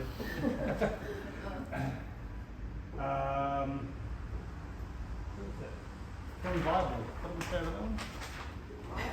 Visible. Oh, becoming visible. I was like becoming viable. Make yourself visible. Yeah, becoming visible. Just being out in the community, and so people know your face, know who you are.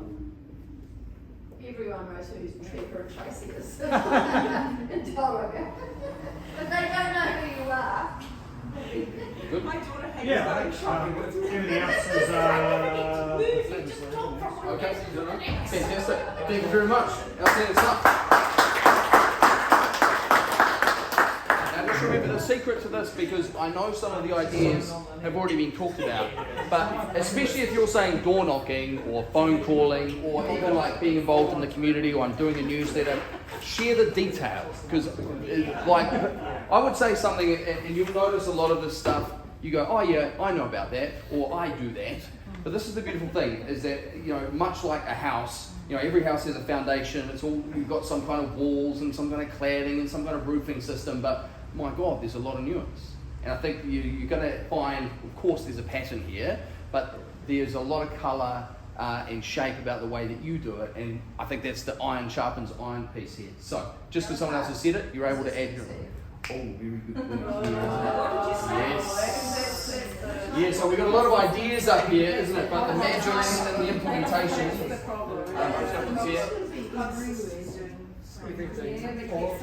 Like nobody, well, maybe not nobody, I dare, I'll throw out the gauntlet. Yeah, nobody is going to be able to do all of this.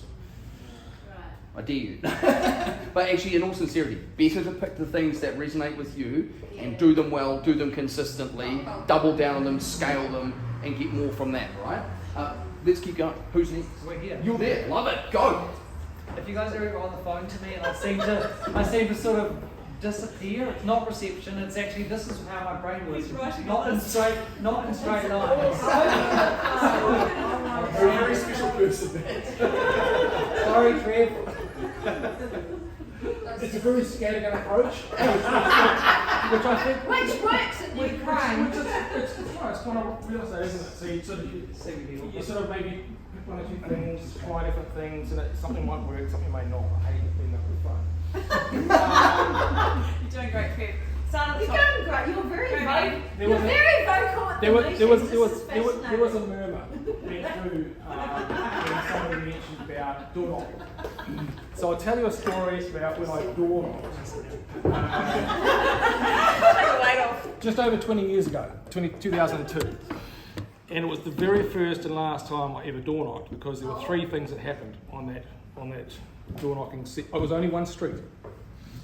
The first one, the guy ordered me off the property at the door, which I didn't take kindly to, so he threatened to call the police. Just because I tried to, there's no need to go that way, sir. It was just round him up. The next, it's okay, I don't mind winding people up. The next property that I got to, a very flustered elderly lady came to the door. She said, "He's just down the hallway, come this way." I was like, what the hell? Ambulance pulled her behind me. So her husband had a heart attack down the hallway. So they sort of rushed past me, and okay, that was kind of... there was an opportunity Did there. you say some deadly So that was number two. And then the third property I got to, and it was my first year of real estate, and we come across all sorts of people, and it was a very unusual lady, and I found myself in her bedroom where she had these weird things around the room, and it was just really uncomfortable. So that was the first and only time I ever went door knocking. That was it. It was just lots of... like, Toys. yeah, this was 20 years ago. No, they weren't toys. Well, they were kind of like, Vibrators. Chains. Feathers.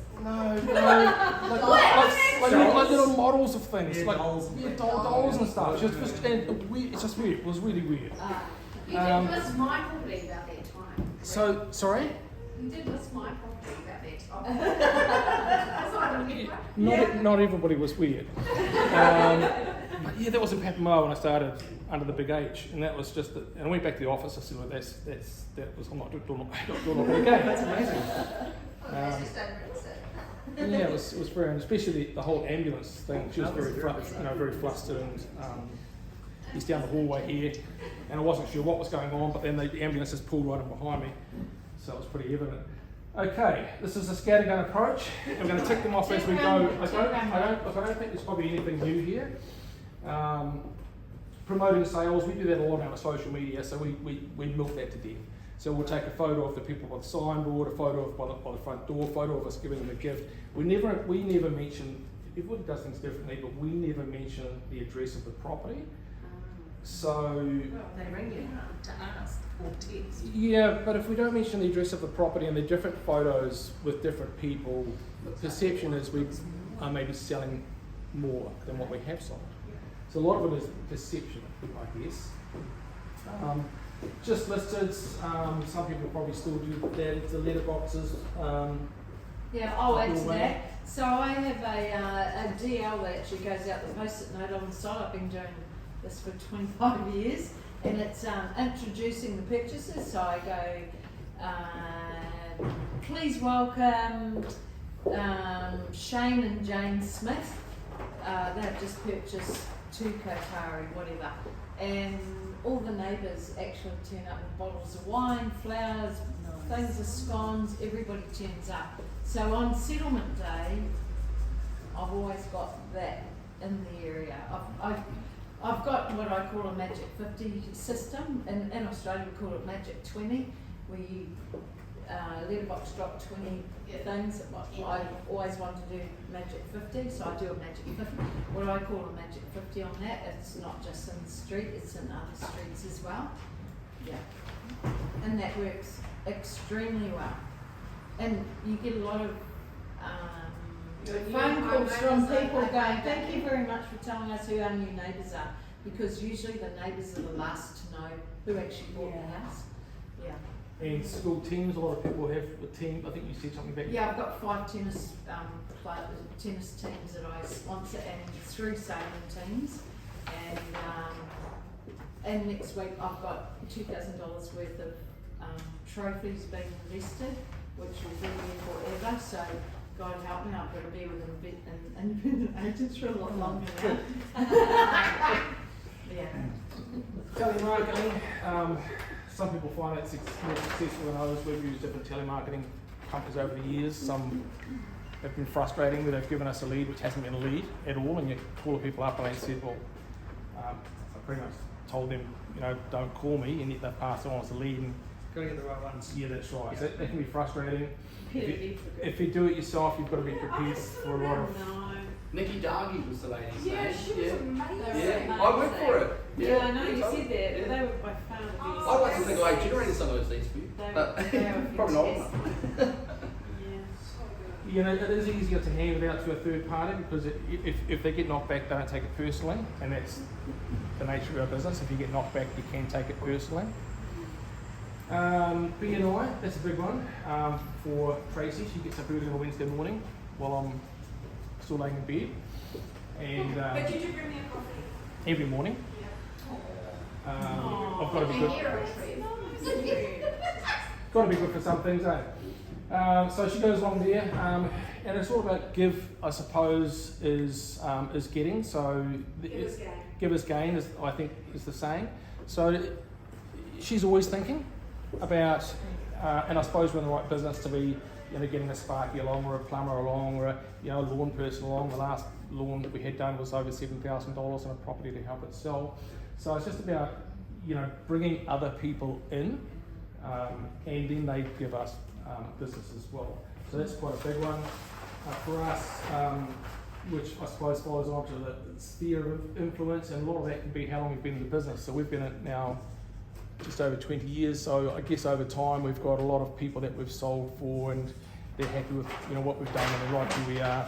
I think a lot of that is volunteering as well, volunteering in clubs and what have you, and increasing that sphere of influence so that you're visible to your people.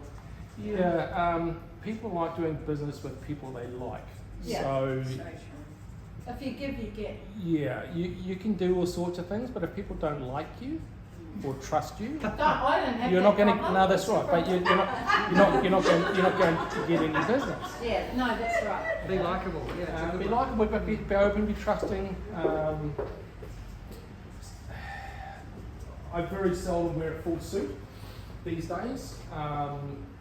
Some people do. We were out for coffee yesterday, and there was a guy that was probably just out of school, prancing up and down the pavement outside a real estate firm on his phone, making out he was doing a deal.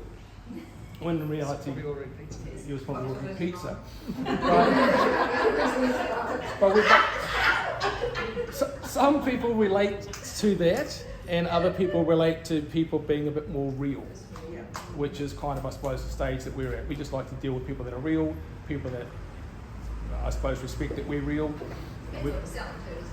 Yeah, it does. We've gone away from the whole flash suit thing. Special deals at businesses. I think somebody came up with that idea. Briscoe's, was it mentioned, or? No, just like, if you've got local industrial blocks that you can, that have a lot of people working in them, in different companies, that you could hatch a special deal just for your employees for a limited time frame.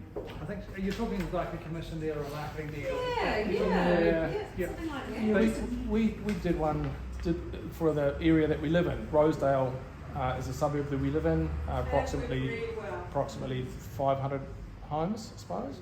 So we did one there, a special deal. We did put a limit time frame on it, otherwise if you don't, it's kind of open-ended. We've managed to pick up a couple of properties through that, which we've sold, haven't we? And that's going to lead to other things. So there's that sort of thing. None of us like to give money away, but it's certainly good. Where are we up to now? Referral incentives. So I've had an interesting case just this week. I've got a property on Kowau Island that's come up. It's like once in a 10-year listing, and I've always had a big, usually a $500 referral for anybody that refers me to a listing that comes through. Of course, I had 3 phone calls in 1 hour from the neighbours. From the same property. It's $1,500. First person gets it. First person gets it. No, the second person's going to as well, because she actually gave me the mobile phone number for the owner. So it's going to cost me $1,000. But it's only on a successful sale. Yes. Yeah. Yep, on a successful, absolutely. So if we were with if we were with a big firm, and a lot of these big firms have in-house referral systems, and it's quite often 20%. So I suppose if you break it down or compare it to that, it's probably still quite cheap. Oh, it is very cheap. It's a letterbox drop to me.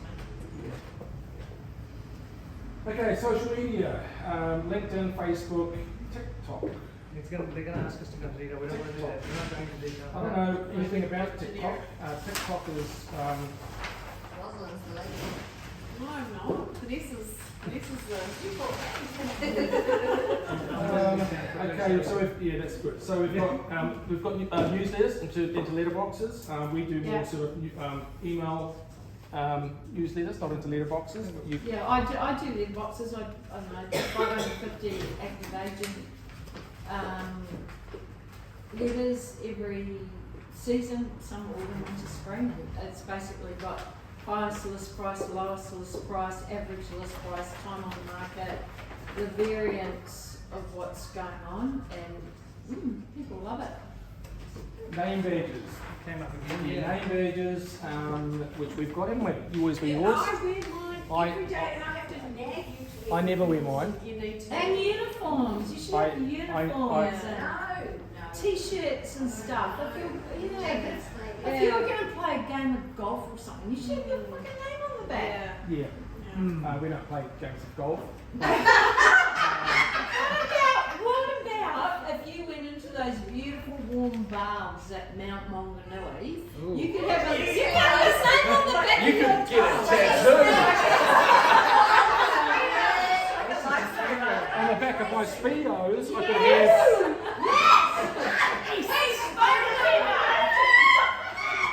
Find Trevor East.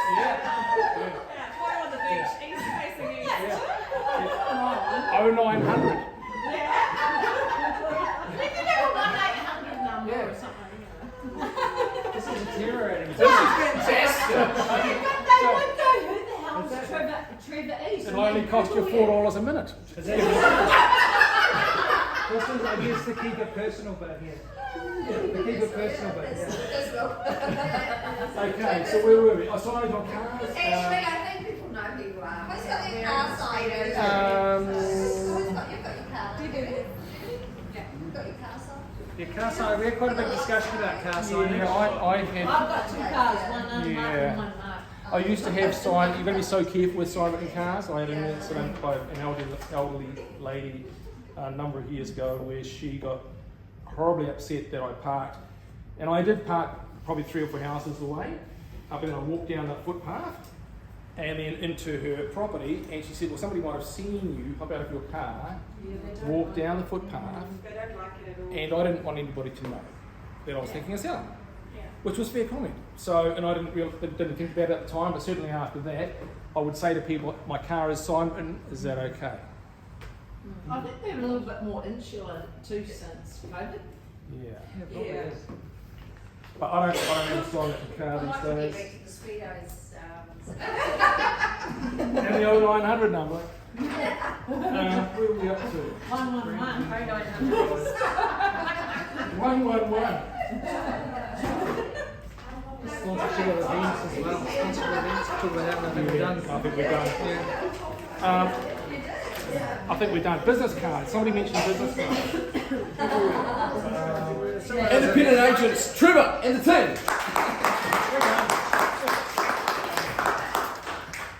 Thank you very much. East Realty, Trevor East, love it. It's good. What do Thank you, you think that's made out of? It's quality. I like it. It's 100% recycled something. Plastic. Came out of London, apparently.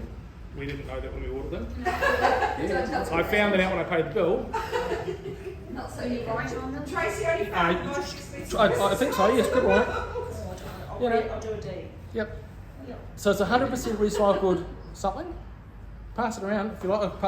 I see where you're going with it. That's exactly what's going to put it in my pocket. Just see if anybody can guess, because there's a talking point. And so Trevor uses that as a way to talk to people. Yeah. Yeah. I'll be It's a there. great idea. Yeah. And Can I add something to that? I used to work for Remax in Australia, and we always had business cards that looked exactly like Visa cards. They were Visa cards with our name on them in digital, so it would go, DL Aldred on the bottom, and we used to drop them around the streets. So people And they were plastic, yeah, and they were referral cards, and they're business cards, and people would, whenever we were travelling overseas, we used to drop them everywhere. I kind of miss them, but they're quite expensive. David, so what are they made from? What are they made from, people? I've got something, another Please, thing that go. I've got something that hasn't come up. Good. Talk to us. Yeah. Excellent. Come on up. Oh, I love it. Pardon me, what's your name?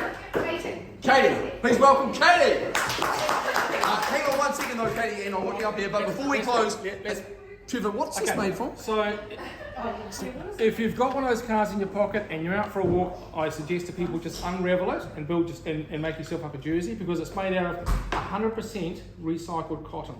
So it's all the offcuts from the fashion industry that comes off the ends. It's all of those. 100%. Gorgeous. Gorgeous. Love it. Thank you very much. So you never get cold. Katie, come on up. Come on up, please. Okay, so you know what this is, don't you? So Debbie likes to do a magic 50 to attract the neighbours around her listings, and I came up with another way of doing it just recently.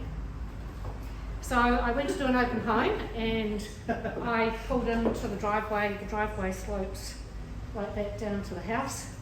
And I parked the car. On the way there, it had been pouring with rain. I thought, oh, will I put the flag up or not? Because then I've got to dry it afterwards, blah, blah, blah. And by the time I got there, the rain had stopped. So I pull up, I think, oh yeah, I'll put it out. And I hop out of the car, flip the boot, car's still running, I'm dressed up to the nines, high heels, open the boot, get the thing out, put the stake in the ground, and put the flag up, all's good. Headhunters live across the road, excellent. And pop the boot down, and the strut, the gas strut on the side of my boot's broken, and it popped out, so I opened it again, put it back on, knocked it on. Put the boot down the road, just let it down real gentle. Car's running, standing in high heel shoes. Boot slams, fingers stuck in the boot. Oh. And it's locked. Oh my god. Oh, Well, it took me about a millisecond to work out that the keys were in the ignition, the boot was locked, the boot release was in the front door. Fingers in there. There's nobody home. And I needed to start screaming. So I did start screaming, and with every time I yelled out help, it got louder and louder and louder until the neighbours started coming. And I was rescued by a neighbour. So that's another way to do some prospecting. That is beautiful. Thank you, Katie. Folks, I'm mindful of time. I really want to respect your time. Also, I'm very mindful of something that was mentioned to me, and I'm sure you know this, but there is not a shortage of ideas. Also, the very fact that you've gone out on your own tells me you already have the gumption, you're executors, I have no question. But that said, it's so important. I would flag for you, and I just want you can self-reflect or identify if you like, but if you wake up in the middle of the night going, oh my God, I forgot to do that, or if you are in the middle of a presentation and suddenly you remember something, or you have that guilty feeling because you know you're supposed to do something and you just haven't got it done yet, then I would signpost. One thing we have not talked about today, sitting outside that business model, is your organisation, your self-management piece. You are business owner and employee, unless you have lots of employees, in which case, great, do that. But I would say it's very, very important to be aware of that. And I recommend a book if you want to get more organised. It's a mistake to go, I need real estate systems and processes. My experience tells me you need life systems and processes, and real estate falls under that. So a great book if you need help with that is Getting Things Done by David Allen, The Art of Stress-Free Productivity. There's lots of other ways to do it, but I tell you, because I'm not naturally well organised, that organisation is a skill that can be learned. Sure, some people are more naturally talented than others, they've got a more disposition. Some people don't even worry about it and they just hire someone like him who's OCD and knows how to get things organised and done, which is fantastic. But I just say, make sure you're very aware of what you're good at and what you're not good at. And to that end, I'd like you just to reflect briefly on everything that's been covered. There's been a lot. I talk fast, I know. And there's been so much shared. Would you please take a moment to pluck out at least one thing that you go, I know that will change my business. I know that will change my life. I know that's something that I could implement that would make things better for me, my family, whatever it is that is in line with your values. Feel free to pick more than one thing, but be mindful of not picking on more than you can chew. Then I want you to find someone. You've made the opportunity today to make some new connections with people that are fellow journeymen and women. You know, people that are on the same journey, but they may be different than you, or they might have some very similarities. But I'd like you to share what that is with another person here. Get their details. I love the giving the business card piece, but it's really interesting. I made a very conscious decision not to get a business card, and the reason for that is it forces me to get a business card, or better yet, and you will have experienced this if you met me already today and we struck a connection, I will have said, hey, send me a text, or can I get your details and I'll get in touch with you, because it makes the connection happen rather than sitting there in my drawer and disappearing, or yours. So I'd say that's another thing you can do. So make sure you make that connection. And now here's the thing with a goal versus a dream. The difference between the dream is there's no plan behind it. There's no commitment. It's not scheduled. It's just there, I want it. And hey, believe me, you will achieve your dreams like that. However, you've got a much better chance if you go, I'm going to take, what's the next step? So I want you to ask yourself the question, whatever that thing was that you've worked out, I know some of you already plucked it, others are still thinking, maybe you're putting down more than one, but I want you to ask yourself the question, what's the next step? Now, when is that done? And what does done look like? And when are you going to catch up with that other person that you meet today? So you're starting to make some of these notes, and you're going to go and find somebody else, and you're going to share what and I want you to ask the other person and put it in your calendar when you're going to catch up with them. This is not your boss. This is not your professional coach. This is a fellow journey person. You know you're on the same journey. I know that if you've made a connection today and you follow up with each other and you stay in touch, there'll be lifelong connections created here, and I'm sure that iron will sharpen iron. I'm hanging around for those of you who have more time. Love to keep chatting with you. Thank you very much for having me. It's been a great privilege getting to know you and hear more about your ideas and your stories. We'll see you soon. Thank you.